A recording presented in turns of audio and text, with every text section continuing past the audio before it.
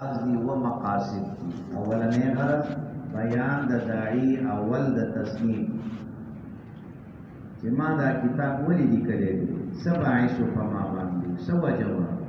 نو د دې بیان درکوم. دویم چې زه دا کتاب لیکم دا په کوم علم کې دی، دا تفسیر دی که فقه ده که اصول تفسیر دی که څه شی درته لیکم نو تعیین د علم مؤلف فیه. دریم نمبر تعیین د خپل کتاب چې زما دا کتاب په احادیثو کې د کوم کتابونو سره تعلق لري. دریم نمبر څلورم نمبر داعی د تصنیف چې دویم نمبر داعی درته ذکر کوي، دویم داعی د تصنیف درته ذکر کوي. بل تحسین د درخواست د سائل، بل غرض اجابت د درخواست ستا دا درخواست تا ماته قابل قبول دی، او بل غرض په دې کې هغه طرز د تصنیف دی چې په کومې طریقې سره به زه تا ته دا کتاب لیکم. نو په دې عبارت کې دا و خبرې د دې بیان او د دې وضاحت به درته کېږي. الحمد لله رب العالمين وصلى الله على محمد خاتم النبيين وعلى جميع الأنبياء والمرسلين أما بعد. لفظ اما بعد د دې متعلق تاسو دا مسلې تذکر کړې دي چې دا اما بعد لفظ د ټولو نه اول دا چا استعمال کړي. مشهور و معروف قول د دې متعلق تاسو ویلي چې اول دا جمله چا استعمال کړي. دستر خپل د نسخې غم شو ما نسخه یادې چې اول می چاته ورکړي نه نسخه ته نه یادم. لفظ د اما بعد اول داود علیه السلام استعمال کړي. قرآن کې راځي چې وفصل الخطاب وآتیناه الحکمة وفصل الخطاب. اکثر مفسرین د فصل الخطاب مستا لفظ د اما بعد ذکر کوي.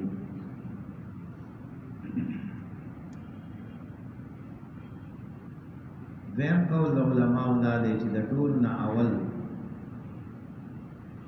دا جمله د اما بعد دا یعقوب علیه السلام استعمال کړي. جمله د اما بعد دا یعقوب علیه السلام استعمال کړي.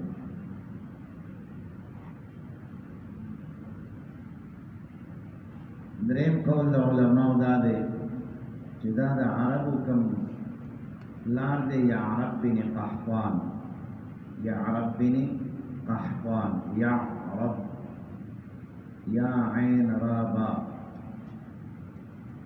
یعرب بن قحطان. پس کله کله یو بل ته وایي چې لکه سم عربي قحط دی، سم عربي قحط دی، نو دا اصل عرب دی یعرب بن قحطان. کنه دا جمله هم چېرته نه ده اورېدلې. کله یو سړی یو جمله عربی کې استعمال کې ولې غلطي ووایي نو تاسو ورته څه وایي لکه سم عربي قحط دی. دا یو قسمه خندا ته پوری کې. نو دا د دې عربو پلار دی یعرب بن قحطان. نو د ټولو نه اول وی دا جمله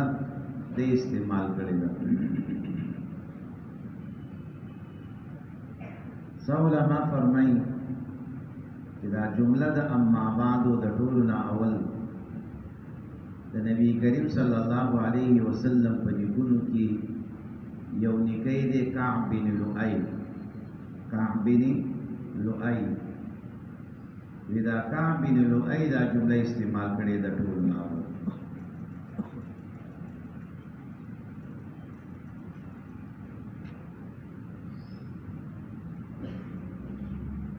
بل قول پدې کې دا دی چې د ټولو نه اول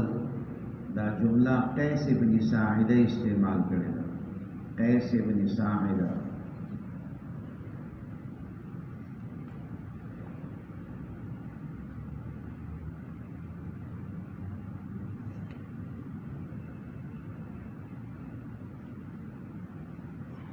بلکہ واللہ دے چی دا ٹولنا اول دا جملہ دا اما ماہو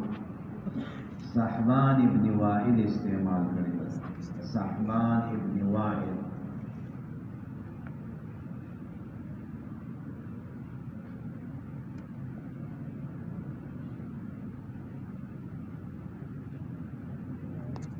دا جملہ بیا دا صدر پار استعمالی گی نو دی کم دا علماء مختلف اقوال دی و دا اکثر علماء رائدہ چدا دا فصل خطاب دا پار استعمالی دا فصل خطاب دا پار چدا مخینے کم کلامو حقا ختم شروع اس نوے کلام با شروع کی مخی سو مخی بسم اللہ و الحمدللہ و صلاة اگر ختم شروع اس اصل بیل جملہ بل خبر تدین بعد پر شروع کیجیے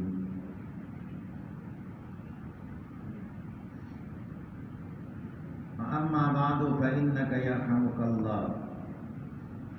فإنك دفاع متعلق علماء فرمائی چدا کما فعل دافع تعلیلیہ دا کدافع تفریعیہ دا او کدافع تفصیلیہ دا او کدافع جزائیہ دا داسه شی نو په ظاهره باندې ودا یو هم نه جوړي په ظاهره باندې یو نه جوړي ځکه کته وی چې دا جزائیه دا نو د دې شرط کم یو دی مخکې خو بیا شرط ورته پکار او کته وی فا تفصیلیه دا نو مخکې اجمال چرته دی مخکې خو لا اجمال نشته دی او کته وی چې دا فا تفریعیه دا نو د دین وړاندې قاعده او اصل څه شی ذکر شوی دی ځکه چې فا تفریعیه دا چې د دې تفریع کیږي خو مخکې به یو ضابطه وي کړو یو قانون به ذکر شي یو قاعده به ذکر شي نو دلته کې په ظاهره باندې دا یو هم نشي کیږي نو دې فاته به سوال وي دې فاته ورته فا جزائیه وي نو مهما یکون شیء مهما یکون شیء نو دغه جمله دا ورته شرط شي او فإنک دفع دا ورته جزائیه شي نو فإنک یرحمک الله بتوفیق خالقک دا په منځ کې جمله معترضه دعائیه ده او په دې کې موتا ته تعلیم او ښودنه ده چې ستا کوم ملګری شاګرد دی دی ستانه سره مطالبه کوي نو ته به داسې ورته نه کې شرمېږي نه مړه پټه کې نه پوهېږي اوس راغلی او اوس ته علم یادې نه عزته کېدی نه دعا به ورته کوي چې یرحمک الله څه به ورته کوي دعا به ورته کوي چې خدای خو دې خوشحاله کړه او الله دې د اسانتیا معامله سره وکړي الله دې د علم زده کول دا تا ته آسانه کړي نو دا موږ ته تعلیم شروع ښودنه شول څوک درته راځي نو هغه ته به څه کوئ نرمې خبرې به کوئ دعا به ورته کوئ نرمه لهجه به ورسره استعمالوئ تاریخ د شکل تقریبا من سره د ډمان په شان شکل دی په شکل به د تعلیم یاد شي نو د هغه د تور کو دی وځي چې ما دې نه خبر درې خبر پیسې خلک راځي کی عزت به پیږي ورچاړو خیال نه کوي نو دا سړی چې د علم نه محروم شو چا محروم کړو ستادي بدی لهجه غلط لهجه به نه استعمال نرم لهجه به استعمال نبی علیہ الصلوۃ والسلام یو ځل ارشاد فرمایي چې په جنت کې دا شان بالا خانی دی او دا شان زین دی چې دا هغه دننه د بهر نه ښکار کی او بهر دننه ښکار کی وی دا الله حبیب دا چا د پاره دی یو په کې نبی علیہ الصلوۃ والسلام لیکلی لمن الان الکلام لمن الان الکلام چې څوک نرمي خبرې د خلکو سره کوي ښایسته پستی خبرې ښکلې خبرې د خلکو سره کوي دا د دې خلکو دپاره الله دا شان محلات پیدا کړي لهجه به نرمه ساتئ ها کنزل بدرت سخته رویه دا به نه کوئ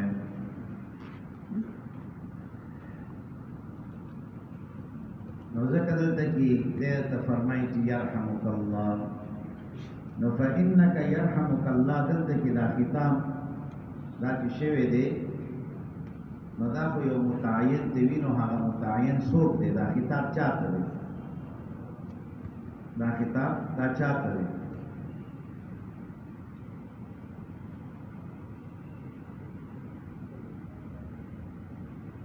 د دې متعلق د علماء دوه رائے دي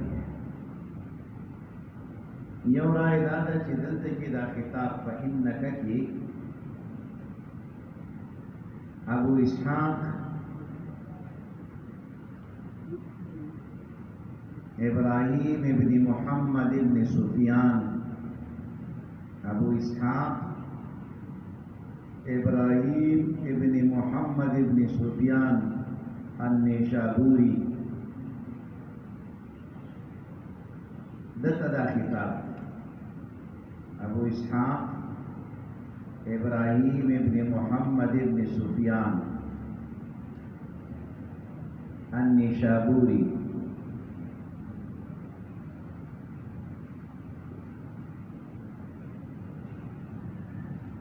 دیم علماء فرمائی فإنک کی دا خطاب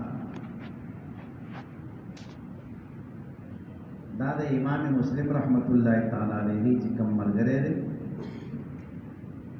او دا کم معاون دے پدی راجمع کولو دا دی مسلم دی احمد ابن سلمہ دا دا خطاب دا امام مسلم رحمت اللہ تعالی علیہ کلاس ویلو هم دے او دا شاگرد هم دے دا کلاس ویلو هم دے او شاگرد هم دے احمد ابن سلمان الدری کتاب پا دی تعلیف و تصنیف کے وسر معاون هم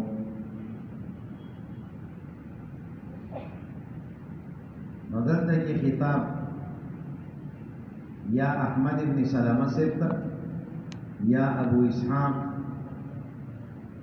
ابراہیم ابن محمد ابن سفیان شابوری رحمہ اللہ دوی تدا خطاب دے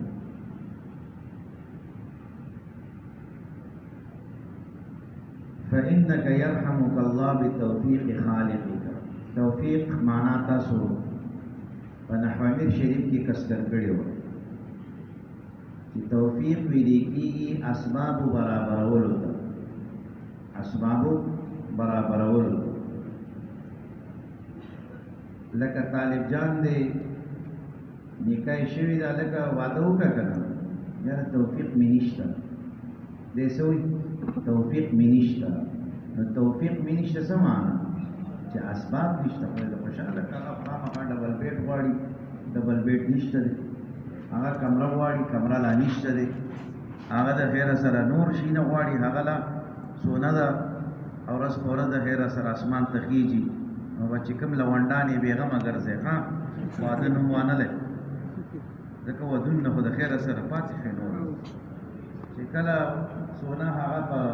50 زره کې و تاسو واده ونه کړلی نو اوس چې په 2.5 کې شوله نو اوس به یې ښه وکړې مشره واده چې وکړې یو 4 میاشتې ولګوه کېدای شي که څوک خدای در باندې مهربانه کړو 3.5 کې دا 3.5 ته شو بس اوس خو د خیره سره نور هم کار کوي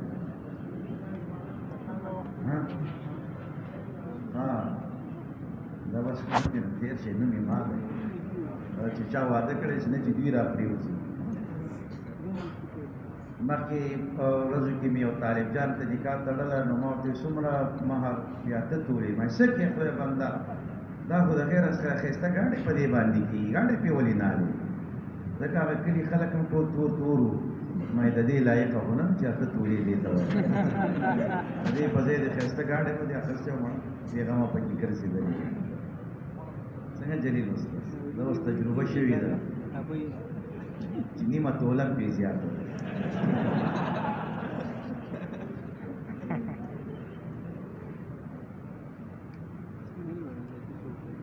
نو توفیق دا ویل کېږي اسباب برابرېدلو ته اسبابو مهیا کېدو ته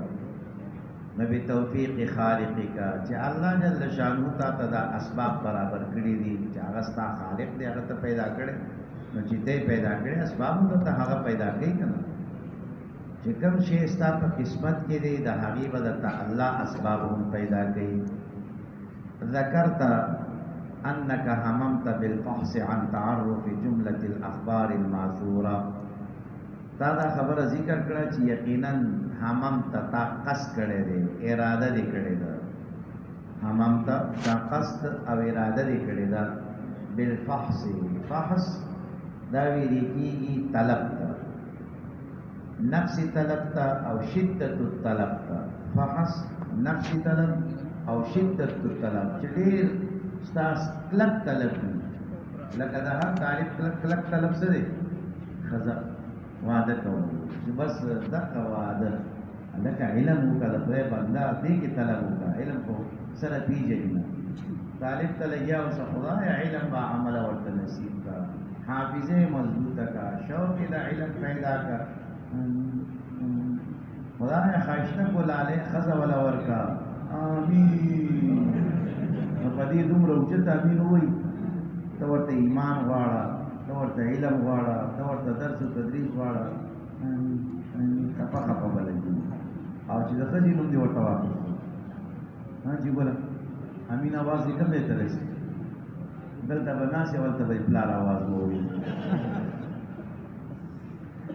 خامخا چې سړی خوراک کوي نو چې هغه نوره تقاضې پیدا کېږي، خدای پیدا کېږي. خوراک کوي که نه؟ ښه جي.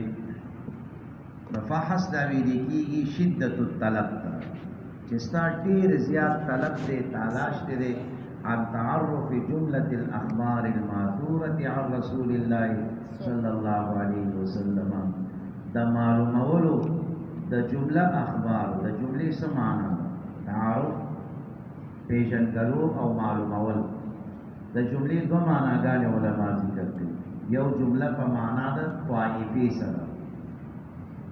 جمله په معنا د طائفي، یو حصہ، یو ټوکړه، یو برخه. او دیم جمله په معنا د تمام او د ټول سره، تمام او د ټول سره. نو کشر ته د اولنې معنا تاسو والے چې په معنا د طائفي سره، نو معنا به دا شي چې یقینا تا قصد او اراده کړې ده د طلب کولو، د معلومولو جمله الاخبار، د هغه طائفي، د هغه اخبارو الماثوره چې را نقل دي، د طائفي د هغه اخبارو چې هغه را نقل دي، الماثوره چې را نقل دي. او کشر ته دا دیمه معنا د جملې وکړي چې تمام او ټول، نو بیا به د دې معنا کوي چې یقینا تا قصد او اراده کړې ده د طلب کولو، د تلاش کولو عن تعرف جملة الاخبار الماثوره، د معلومولو د ټولو هغه روایاتو چې را نقل کړلې شوي دي د رسول الله صلی الله علیه وسلم نه. او ټول کم،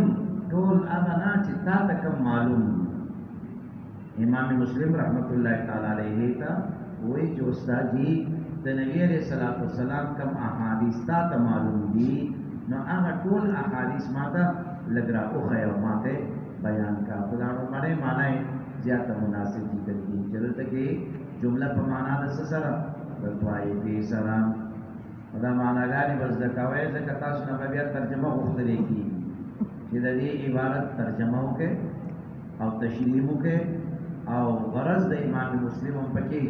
ذکر کړي. نو بیا د خیر سره کړي یو څنګه ولې او کله بل غوړي. نو اوس نو ورته ګوره او په کلاو ستر ورته وګوره او په کلاو وګونه وره چې هلته کې بیا داسې نه ګوره. نه نه موږ ته بل کوم ورته خام خیر ته دې ته پکې نه ویني. نو اوس نه دا خبر یاد راځي په وخت موږ قیامت ورځ به دا کافران افسوس کوي، کافران څه کوي؟ افسوس کوي. نو موږ خو ان شاء الله هغه افسوس نه مو پرې وساتي، خو موږ افسوس په امتحاني حال کې کوو. موږ افسوس په امتحان چې کاش ما دا غیر راځي موږ نه وې کړی، دا سبق مې اورېدلې اوس په دا مسله راته نه په دې کې مې پیګم نه ترجمه راځي او نه په غرض پیګم او نه په تشکیل باندې پیګم. نو زه به اوس کوم، نو بس کله یو ته خپله چینګوه، کله بل ته خپله چینګوه، کله استاد سره دا یو ټکی دا بس دا یو د نور مې ټول کړی او یو ټکی هم خپله نه یې کړی. نو بس په دغې چل ول باندې نو بیا خوشحاله وي زما دومره نمبرې دي لکه په دې نمبرو به څه وکړي که چېرته تا په سلو کې 2,500 واخیستې په سلو کې څو 2,500 بیا هم فیلې بیا هم ته څه فیلې ځکه تا ته او چې چا نه دې معلوم کړی هغه ته خو معلومې که چې د چا نه دې نقل کړی دی او ځان او د ځان خو درته پته ده نو دا هغه نه دی کمال نه دی ها کمال دا دی چې ته ځان په سبق باندې پوهېږې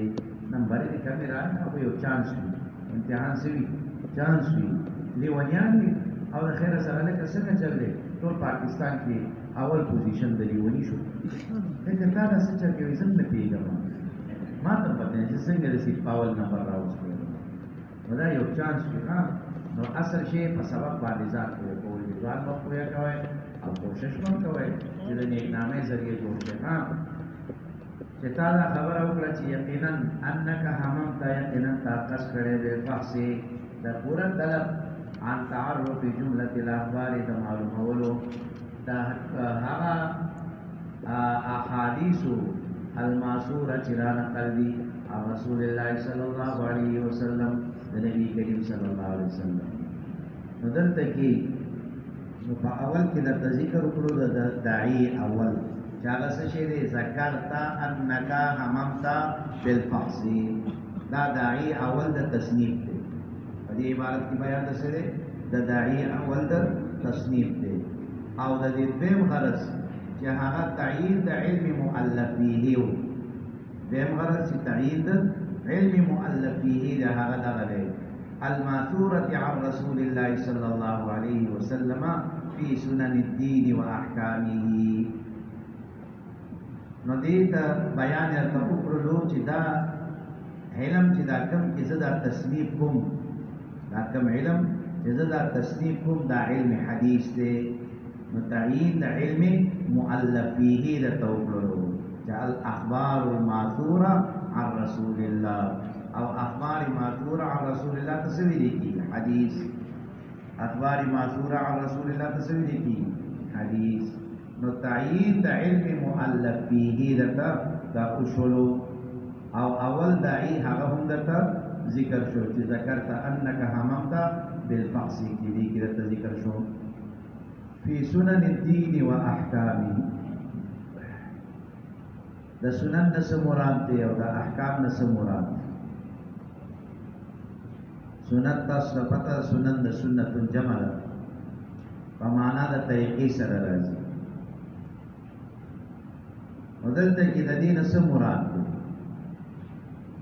نو یو قول د علماء دا دی چې د دین مراد مندوبات د سنن نه مراد مندوبات او د احکامه د دین مراد فرائض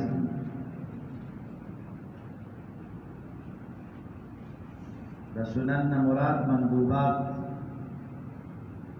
او د احکامه نه مراد فرائض چې هغه احادیث په کومو کې بیان د مندوباتو دی او په کومو کې بیان د فرائض دی او د نبی عليه الصلاه والسلام نه را نقل دي زدغه معلومات غواړم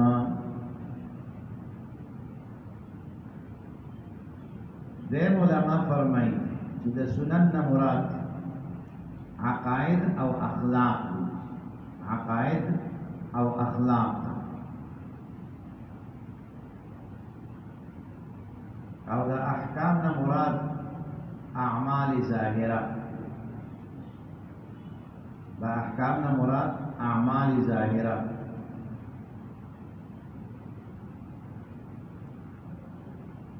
نو عقائد او اخلاق د دې تعلق د باطن سره دی عقیدی تعلق د باطن سره دی دا خسړې دی نو خسړې پس باندې دی چې د کې خیسته خوونه دي او د دې خو خیسته خوونه تعلق د باطن سره دی په دې کې سخاده دا خیسته خوې دی په دې کې حیا دا خیسته خوې دی نو د دې تعلق د باطن سره دی نو د سنن نه مراد اعمال باطنه دي او د احکام نه مراد اعمال ظاهره دي لکه مون شو روزه شو زکات شو حج شو چې زما هغه احادیث معلومول مقصود دی چې د هغې تعلق د عقاید او د اخلاقو سره دی او د هغې تعلق د احکامات ظاهره سره دی. دغه احادیث مبارکه زه معلومول غواړم. وما كان منها او دارنګه په دغه اخبار معصوره عن رسول الله صلی الله علیه وسلم کې هغه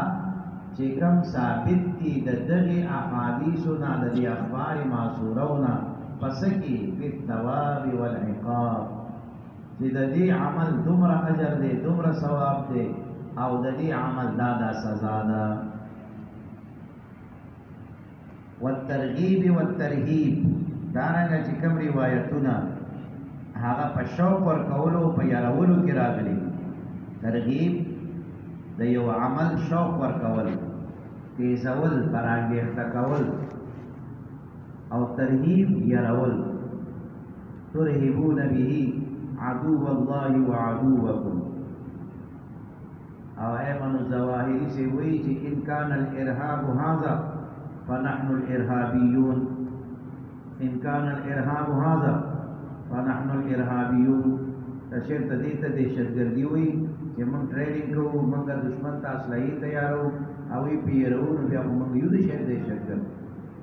او که دهشتګردي دا وي چې جماعتونه ورانول عام خلک وجل وي دا موږ نه کوو دا موږ نه کوو. نو که تاسو دهشتګرد مجاهد ته وایئ نو بیا خو موږ یو دهشتګرد او که نه دهشتګرد تاسو دې ته وایئ چې هغه فصلونه خرابوي آبادۍ خرابوي هسې خلک وژني نو دا کار موږ نه کوو. نو ترهیب یرولې ته ویلې چې کوم کې یره راغلې ده چې هلکه که چا سود وکړلو نو د هغه څه سزا ده. سزا یې دا ده چې قیامت ته راتلو نه وړاندې چې څو پورې دی د عالم برزخ په زندګۍ کې دی د ده حال به دا وي چې دی به د وینو په یو نهر کې به غورځولی شوي وي او دی به کوشش کوي د دې وینو نهر نه راوځي نو بل کس به دی په خوله خوله کې اولي. نو دا ترهیب دی یارونه ده. دارنګه که خدا ناخواسته زیناکار دی نو د زیناکارو د سزا هغه دا ده چې دوی به بربنډ په یو تنور غوندې ځای کې پراته وي. بربنډ نارینه زنانه چې کوم زیناکار دی او زیناکارې دي دوی به په تنور په شکل کې د دوی دپاره یو ځای جوړ شوی وي او هغې کې به اور وي او چې څنګه د تنور کې اور لمبه وي نو دا لمبه راوچتېږي که نه دقه شان دوی به هم دې لمبې سره راوچت شي خولې ته به یې رانږدې چې قریبه شي دوی ترې نه راوځي خو هغه لمبه به بیا لاندې شي. نو دا ترهیب دی یارونه ده چې نه ګورئ دا کار ونه کړي. دارنګه یارونه ده چې هلکه دروغ مه وایئ ځکه نبي علیه صلات وسلام ته وښودلی شول چې د یو کس په دې وښکي کې به لور واچولی شول او دا وښکې به ورته شلولی کېدو تر دې سټه پورې او دا وښکې به تر دې شا په دې بل طرفه پورې نو چې دا یو طرف به ورته سیره کول دا بل طرف به جوړ شوی و. وی دا څوک دی وی دا ستاسو فیسبوکي دی دا ستاسو د امت څوک دی فیسبوکي دی چې ده به دروغ پرې خورول بس یو خبره ورولي میدان ته چې بس پلانکې مړ شو نو هغه په ټوله دنیا کې بل هم نشر کوي بل هم نشر کوي دا دروغ په دنیا کې خواره کړي. وی چې څوک دا کار کوي د هغوی دا سزا ده. نو دا ټول څه دي ترغیب دی. نو دا شانوي چې کوم روایتونه یې د ترغیب والا او د ترهیب والا وغیر ذالک د دې نه علاوه د ثواب عقاب ترغیب ترهیب د دې نه علاوه نور چې کوم روایات دي من صنوف الاشیاء نو په دې کې بیان د مؤلف دی چې زما په دې کتاب کې به اته واړه مضامین موجود وي وغیر ذالک من صنوف الاشیاء چې د دې نه علاوه نور څومره څیزونه دي که هغه سیر دي که آداب دي که هغه عقاید دي که هغه تفسیر دی که فتن دي که اشراط دي او که هغه احکام دي که مناقب دي. نو په دې کې اشاره درته وکړله چې زما دا مؤلف دا د څه نه دی د جوامعو نه دی زما دا مؤلف دا د جوامعو نه دی.